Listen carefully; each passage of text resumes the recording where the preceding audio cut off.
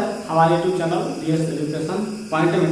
आज की वीडियो में हम पर्सनली 502 के क्वेश्चन नंबर 7, 8, 9 और क्वेश्चन नंबर 10 को हल करेंगे। तो आइए हम अपने वीडियो को स्टार्ट करते हैं।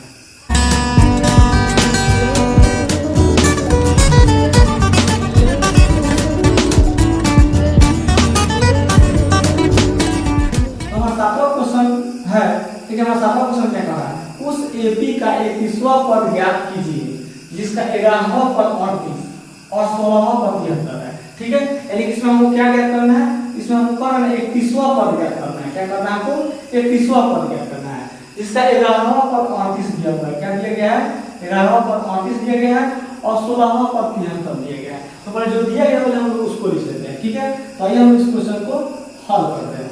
ठीक है, तो जिसका 11वां पद 38 है ना, तो हमारा 11वां पद दिया गया है, कितना दिया गया है, तो 38 दिया गया है। ठीक है, अब 11वां पद को हम लोग a प्लस 10d लिख सकते हैं कि नहीं, लिख सकते हैं, बराबर 38। इसको समीकरण 1 मान लेते हैं। ठीक है, उसका हम क्या दिया गया है, 16वां पद 73 दिया गया है, नहीं तो हम लोग 16वां पद लिखते हैं कितना, 73।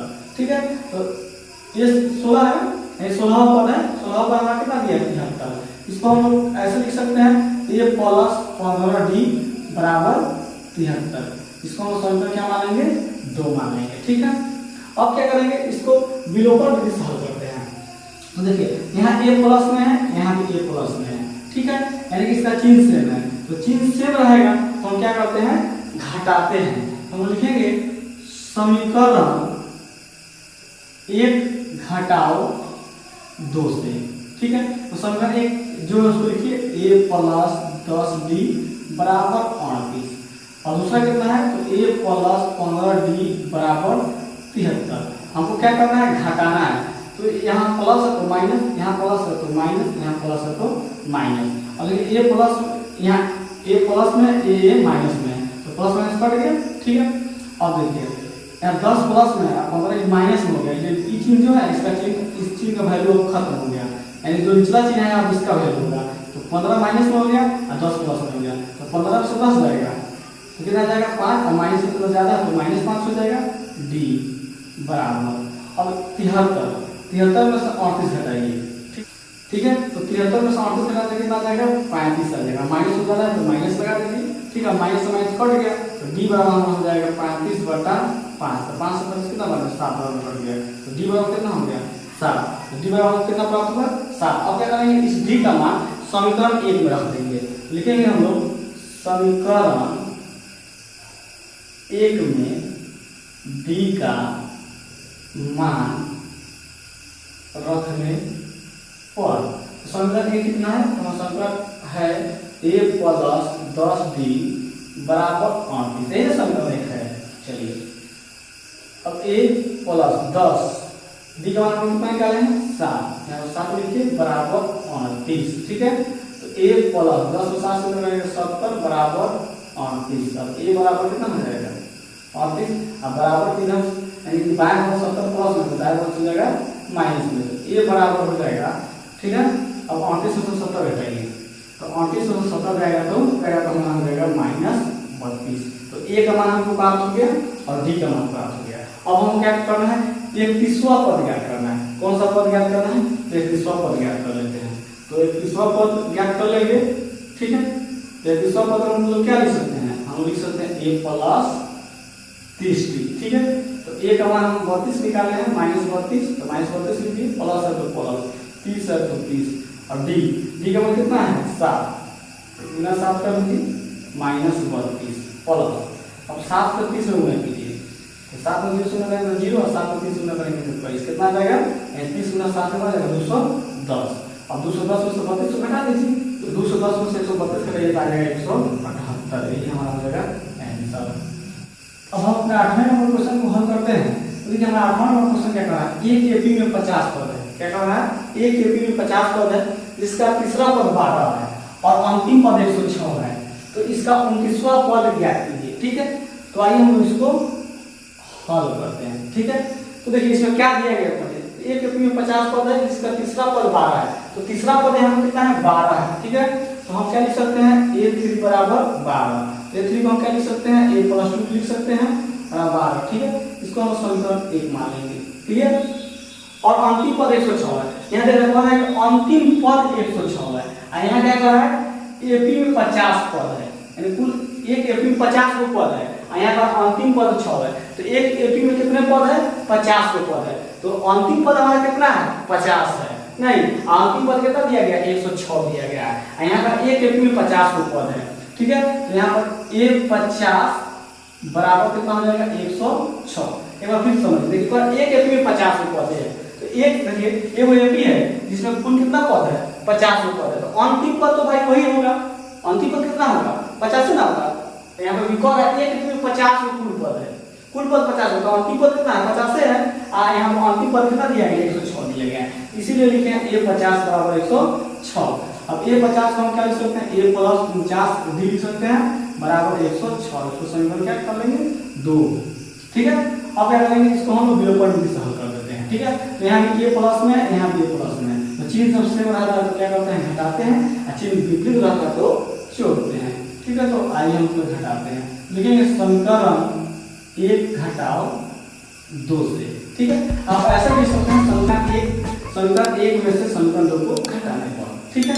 तो समीकरण घटा 2 से a प्लस 2b बराबर 12, यहाँ समीकरण 1 है, समीकरण 2 है a प्लस 49b बराबर 106, ठीक है।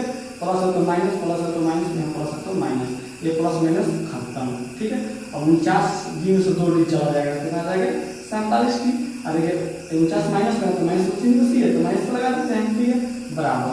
अब 106 में से अब जाएगा कितना 12, तो 106 में से 12 जाएगा तो आएगा हमारा 94, यहाँ देखिए चिन्ह माइनस का, यानी कि 106 जो है माइनस में है, तो माइनस चिन्ह आता है तो यहाँ माइनस लगा देंगे, ठीक है। और माइनस माइनस कट गया तो डी बराबर हमारा आ जाएगा 94/47, और 47 से 2 बार में कट जाएगा, ठीक है 94, तो डी बराबर कितना आ गया 2 आ गया, ठीक है। अब क्या करेंगे डी का मान समीकरण 1 में रख देंगे, यहाँ लिखेंगे समीकरण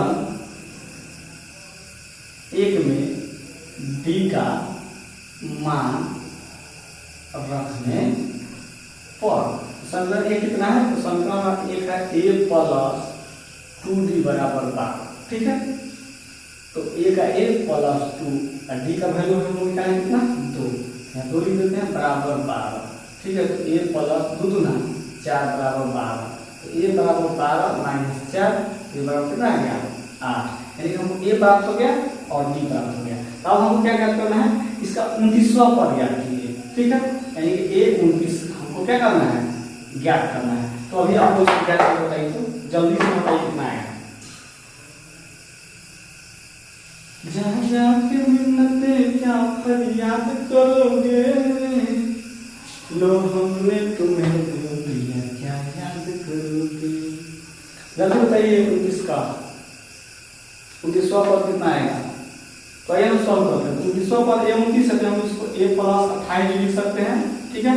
a का वैल्यू कितना है, a का वैल्यू 8 निकाले हैं, तो 8 प्लस 28 गुना d का वैल्यू कितना है 2 है, ठीक है। तो 8 प्लस 28 को 2 से गुना कीजिएगा 56, 56 कितना होगा 64, ठीक है। इसका आंसर कितना आएगा 64, 29वां पद हमारा कितना है 64, ठीक है, हमारा आंसर हो गया। हमारा 9वां क्वेश्चन है, यदि किसी एपी के तीसरे और 9वें पद क्रमशः 4 और -8 है, तो इसका कौन सा पद शून्य होगा, ठीक है। यानी कि हमारा 9वां क्वेश्चन क्या कह रहा है, हमारा 9वां क्वेश्चन में यदि किसी एपी के तीसरे और 9वें पद क्रमशः 4 और -8 है, तो इसका कौन सा पद शून्य होगा, ठीक है।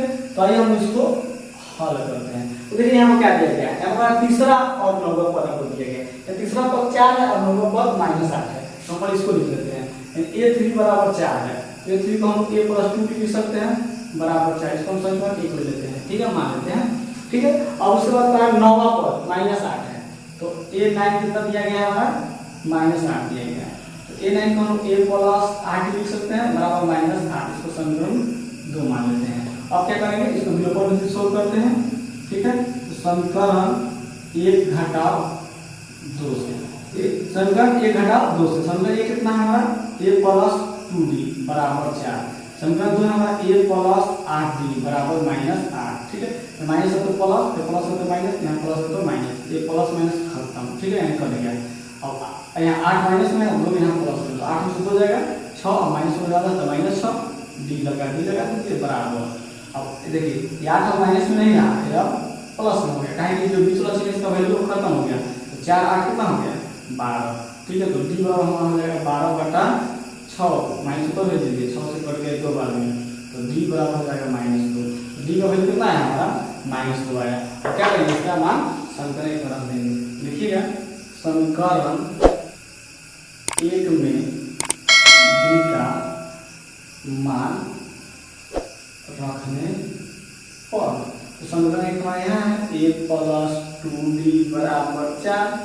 a का a + 2d का मान कितना है -2 है, तो -2 लिखिए बराबर 4 a प्लस, अब दो में माइनस शून्य तो -4 हो जाएगा, इसको वैल्यू डाल देंगे बराबर 4 a प्लस माइनस -4 बराबर 4 a बराबर 4 माइनस से दूसरा हो जाएगा प्लस में, a बराबर कितना आ गया 8 आ गया।